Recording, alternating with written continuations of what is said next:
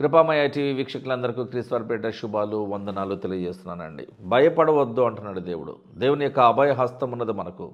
దేవుడు మనకు తోడుండగా మనకు విరోధి ఎవడు ఉండలేడు. కానీ మనం చేయాల్సింది ఏంటో తెలిసిన, భయపడకూడదు. ఎవరికి భయపడాలి? దేవునికి భయపడాలి. దేవునికి భయపడితే మరెవరికి దేనికి భయపడాల్సిన అవసరం లేనే లేదు, రానే రాదు. ద్వితీయోపదేశకాండము 20వ అధ్యాయము 1వ వచనంలో, నీవు నీ శత్రువులతో యుద్ధమునకు పోయి గుర్రములను రథములను మీకంటే విస్తారమైన జనమును చూసినప్పుడు వారికి భయపడవద్దు. ఐగుప్తు దేశంలో నుండి నిన్ను రప్పించిన నీ దేవుడైన యెహోవా నీకు తోడైయుండును. నేనే నీకు తోడై ఉంటానని దేవుడే తన నోటితో చెప్తే ఇంకా అంతకంటే అభయహస్తం ఏం కావాలండి మనకి? అసలు బైబిల్ ప్రకారం భయపడకుండా ఉండడానికి కీలక ఆధారం ఏంటి అనేది పెద్ద ప్రశ్న. ఇది నాకు వచ్చిన ప్రశ్న. భయపడకుండా ఉండడానికి మూల ఆధారం ఏంటి? అసలు బేసిక్ సోర్స్ ఏంటి? భయపడడంలోనే పడడం ఉంది కదా, మరి భయపడకుండా ఉండడానికి అసలు ఏంటి?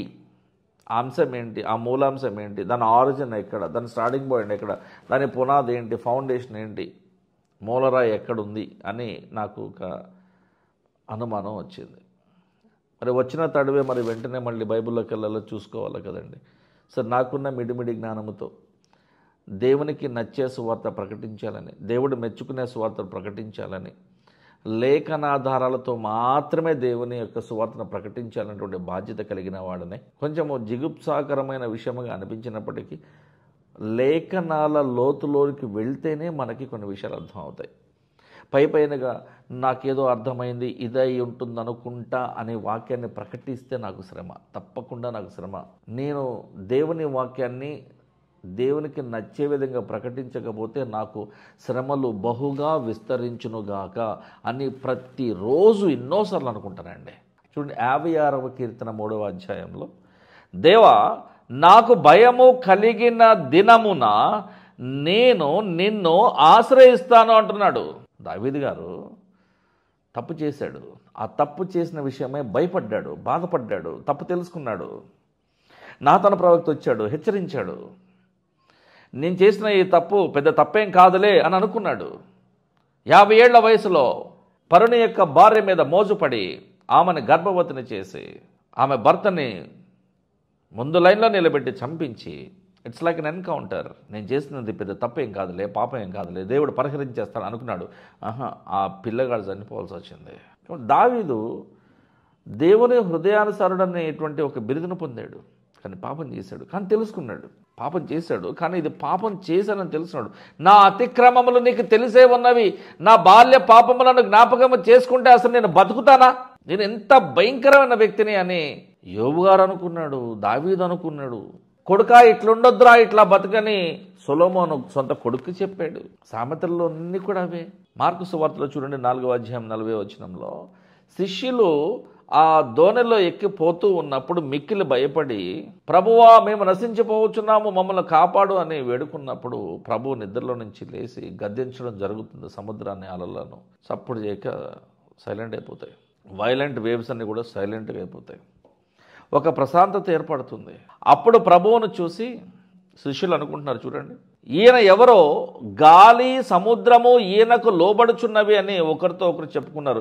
ఏమంటే, సృష్టినే లోపరుచుకున్నటువంటి దేవుని కుమారుడైనటువంటి యేసుక్రీస్తుకు మనము భయపడకపోతే ఎలా? సృష్టి మొత్తాన్ని కూడా యేసుక్రీస్తుకు లోపరిచినటువంటి దేవునికి మనము భయపడకపోతే ఎలా? 23వ కీర్తన 4వ వాక్యంలో, గాఢాంధకారపు లోయలో నేను తిరిగినా కూడా ఏ అపాయమునకు నేను భయపడను, ఎందుకంటే ఈ అంధకారంలో కూడా దేవుని తోడు నాతో ఉంటే ఆ దేవుని తోడు నాకు వెలుగుమయమై ఉంటుంది. కాబట్టి గాఢాంధకారమైన లోయలో నేను సంచరించినా కూడా భయపడను అంటున్నాడు. దావీదు ఎన్నో కీర్తనలు రాశారండి. దేవుని మనసును తెలుసుకున్నవాడు దావీదు. హెబ్రీ సంఘానికి పౌలు గారు రాస్తూ 13వ అధ్యాయము 5వ వచనములో, ప్రభువు నాకు సహాయుడు, నేను భయపడను, నరమాత్రుడు నాకేమి చేయగలడు అని మంచి ధైర్యంతో చెప్పగల వారమై ఉన్నాము అని పౌలు ఆయన యొక్క టీము అన్నారు. మరి మన సంగతి ఏంటి? వాళ్ళు చాలా ధైర్యంగా ఉన్నారు, ఎందుకంటే పరిశుద్ధమైన జీవితాన్ని గడుపుతున్నారు కాబట్టి వాళ్ళు ధైర్యంగా ఉన్నారు. ఇహలోక సంపద విషయమే వారికి ఆలోచన లేదు కాబట్టి ధైర్యంగా ఉన్నారు.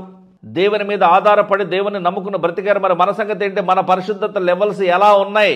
మీ షుగర్ లెవెల్స్ ఎలా ఉన్నాయి? మీ బ్లడ్ లెవెల్స్ ఎలా ఉన్నాయి అడుగుతున్నారు కదా. పలానా ట్రైగ్లిసరైడ్స్ ఎలా ఉన్నాయి చెక్ చేసుకుంటున్నారు కదా. యెషయా గ్రంథము 12వ అధ్యాయం 2వ వచనంలో, నా రక్షణకు కారణభూతుడవగు దేవా నువ్వు నాకున్నావు అని మాట్లాడుతూ, నా రక్షణకు కారణభూతుడగు దేవుడు నాకున్నాడు, నేను భయపడక ఆయనను నమ్ముకొనుచున్నాను, ఆయననే నమ్ముకొనుచున్నాను. సమస్త జ్ఞానము దేవునిలో ఇమిడి ఉన్నది. నీకు జ్ఞానము కొదువుగా ఉన్నదా? అడుగు. ఆయన ఎవ్వరిని కూడా త్రోసివేయక విసుకక అందరికీ ధారాళముగా జ్ఞానము దయచేవాడు. ఈ సమస్త జ్ఞానమునకు మించిన సమాధానమే యేసుక్రీస్తు యొక్క ఆశీర్వాదము. ఈ విషయం మనకు ఫిలిప్పీ సంఘానికి రాసినటువంటి పత్రికలో పౌలు గారు 4వ అధ్యాయం 7వ వచనం రాస్తా ఉన్నాడు. సమస్త జ్ఞానమునకు మించిన దేవుని యొక్క సమాధానము క్రీస్తు వలన మీ హృదయములకును మీ తలంపులకు కావలి ఉండును. మరి ఇంకా భయం ఏంటి? మార్కు సువార్త 5వ అధ్యాయం 36లో యాయీరు అనేటువంటి ఒక వ్యక్తి ఉన్నాడండి. ఆయనకు ఒక కూతురు ఉన్నది. ఆ కూతురు చావనై ఉన్నది, పరిస్థితి బాగలేదు, ఇక చివరి క్షణాల్లో ఉన్నది. అప్పుడు ఆయన యేసుక్రీస్తు దగ్గరకు వచ్చి, ప్రభువా నీ చిత్తమైతే నా కూతురుని స్వస్థపరచు ప్రభువా అని అన్నప్పుడు యేసు ప్రభువా అంటున్న మాట, భయపడవద్దు, నమ్మకం మాత్రము ఉంచు, నీ కుమార్తెను నేను బతికిస్తాను నాన్న, నేనుండగా నీకు భయం ఏంటి? కాబట్టి మనం భయపడకూడదు. క్రైస్తవులకు ఇబ్బందులు వస్తాయి, క్రైస్తవులకు కష్టాలు వస్తాయి, క్రైస్తవులకే వస్తాయి, నిజమైన క్రైస్తవులకు వస్తాయి, నామకార్థ క్రైస్తవులకు రావు. దేవునికి భయపడదాం, నరకంలో పడిపోకుండా ఉంటాం. పరలోకం బాగుంటుంది, నరకం బాగుండదు. చిన్న ప్రార్థన కొరికే తలలో చూద్దాం. పరలోకం ముందున్న మా తండ్రి, మా ప్రార్థన ఆలకించండి ప్రభువా. నీ మాటకు లోబడి నీ సన్నిధిని వణికి ఆరాధనలు నిన్ను స్తుతించి నిన్ను మాత్రమే మా ఆత్మలకు రక్షకునిగా మేము స్వీకరించి అంగీకరించి నిన్నే కొనియాడి నిన్నే స్తుతించి నిన్ను ఆరాధించే గొప్ప భాగ్యాన్ని మా అందరికీ ఇచ్చున్నా ప్రభువా. కానీ అందరము కూడా హృదయాంతరంగములో నుండి నేను ఆరాధించక కేవలము పెదవులతో మాత్రమే ఆరాధిస్తూ ఉంటున్నాం. పెదవులతో ఆరాధించేవారు నరకానికి వెళ్ళిపోతారు, హృదయాంతరంగములలో నుండి ఆరాధించేవారు మాత్రమే పరలోకానికి వెళ్తారనే విషయాన్ని ప్రతి ఒక్క క్రైస్తవురాలు తెలుసుకోవాలని మేము ఈ సువార్తను ప్రకటిస్తూ ఉన్నాం ప్రభువా. మా పరిచర్య అంతట్లో మాకు తోడుగా మమ్మల్ని నడిపిస్తున్న విషయాన్ని బట్టి వందనాలు ప్రభువా. వీలైనంత మందిని మేము రక్షించి వారి ఆత్మలను నీ పాద సన్నిధిని ఉంచుకున్న గొప్ప భాగ్యాన్ని మా అందరికీ కూడా ఇవ్వమని, ప్రపంచ దేశాలలో పరిచర్య చేసినటువంటి ప్రతి ఒక్కరిని కూడా మీరు జ్ఞాపకం చేసుకుని వారిని స్వస్థపరిచి వారి పరిచర్య అంతా కూడా సజావుగా జరిగే విషయమై వారికి మాకు అందరికీ సహాయం చేయమని యేసుక్రీస్తు వారి పరిశుద్ధ నామంలో ఈ ప్రార్థన అడిగి వేడుకుంటున్నాం తండ్రి. ఆమేన్. Thank you.